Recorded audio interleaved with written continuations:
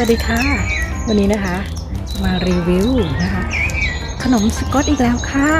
ก็บริษัทเดิมนะคะเทอร์นักส์นะคะเทอร์นักส์ก็จะเป็นสกอตมากๆเลยนะคะเป็นต้นฉบับขนมของคนสกอตเลยก็ว่าได้นะคะแต่วันนี้จะเป็นอะไรนั้นไปดูกันเลยค่ะก็คงไม่พ้นช็อกโกแลตนะคะแต่วันนี้จะเป็นช็อกโกแลตที่เขาเรียกว่าSnowball นะคะ Snowball ขออภัยนะคะถ้าเสียงรถดังมากเพราะว่าตอนนี้อยู่ในป่า ก็เป็นSnowball Turnups นะคะนี่เลยดูกันชัดๆเลย Snowball อันนี้คือแกะออกมาจากกล่องแล้วนะคะนกซื้อเป็นกล่องที่กล่องหนึ่งก็มีประมาณ6ชิ้นเมื่อแกะมาแล้วก็จะเป็นอย่างนี้นะคะเหตุผลที่เรียก Snowball ก็คือนี่มีคะมันเคลือบหรือว่าโรยด้วยมะพร้าวนั่นเองค่ะเกล็ดมะพร้าวนะคะมันก็เลยเรียกว่า Snowball แต่โดยข้างในแล้วเนี่ยมันก็จะเป็นมัชเมลโล่นี่แหละค่ะแล้วก็ช็อกโกแลตเนาะเห็นไหมคะอยู่ข้างนอกแล้วก็โรยด้วยมะพร้าวนั่นเองนะคะมันก็เลยเรียกว่า Snowball ไปดูกันเลยค่ะ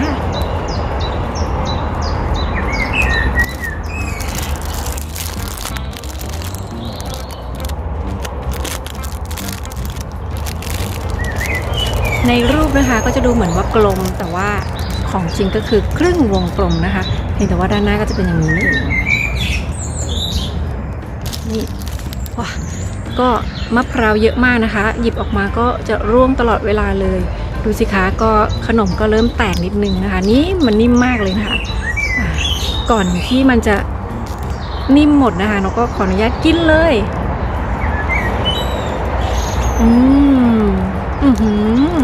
ดูสิคะมันละลายโอ้ my gosh โอ้ my gosh มันละลายจากกลมๆนะคะพอแกะจากถุงมาแล้วมันละลายแล้วต้องขออนุญาตรีบกินนะคะไม่งั้นมันจะโอ้ตายมันจะละลายเห็นไหมข้างในคือมัชเมลโล่นะคะ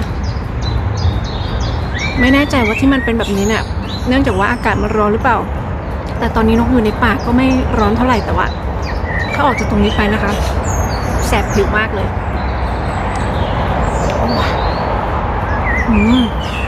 หวานมากด้วยนะคะเนื่องจากมัชเมลโล่ชิ้นโตเลยแต่หลายคนที่ชอบมัชเมลโล่ก็คงจะไม่ยั่นนะคะแต่ว่าสำหรับนกมันหวานมากๆไม่ใช่มันไม่อร่อยนะคะมันก็อร่อยแต่ว่าพึ่งคงไม่ต่อยแล้วนะหรือพึ่งจะได้กลิ่นความหวาน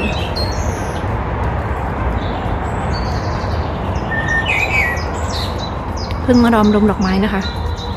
โอ้ดูสิคะละลายแล้วนี่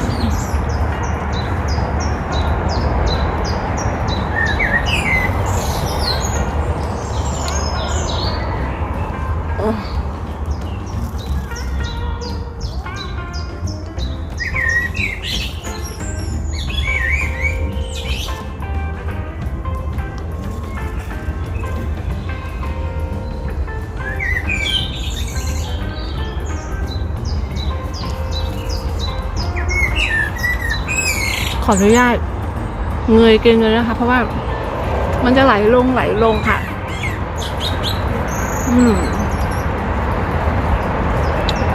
มัชเมลโล่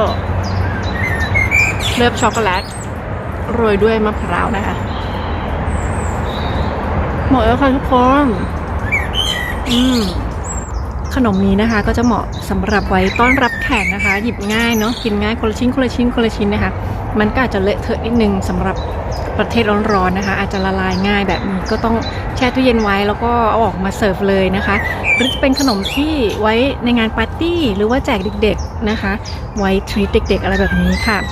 แต่สำหรับที่นี่นะอากาศก็เย็นตลอดนะคะโดยมาก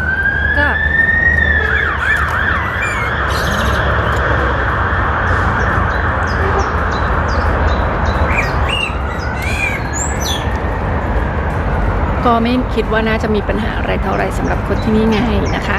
ก็วันนี้นกก็มารีวิวขนมสกอตแลนด์สกอตติชจริงๆเลยนะคะ ให้ทุกคนได้ดูเพียงเท่านี้หวังว่าทุกคนจะชอบนะคะแล้วก็อร่อยไปกับนกนะคะ วันนี้นกลาไปก่อนนะคะ สวัสดีค่ะ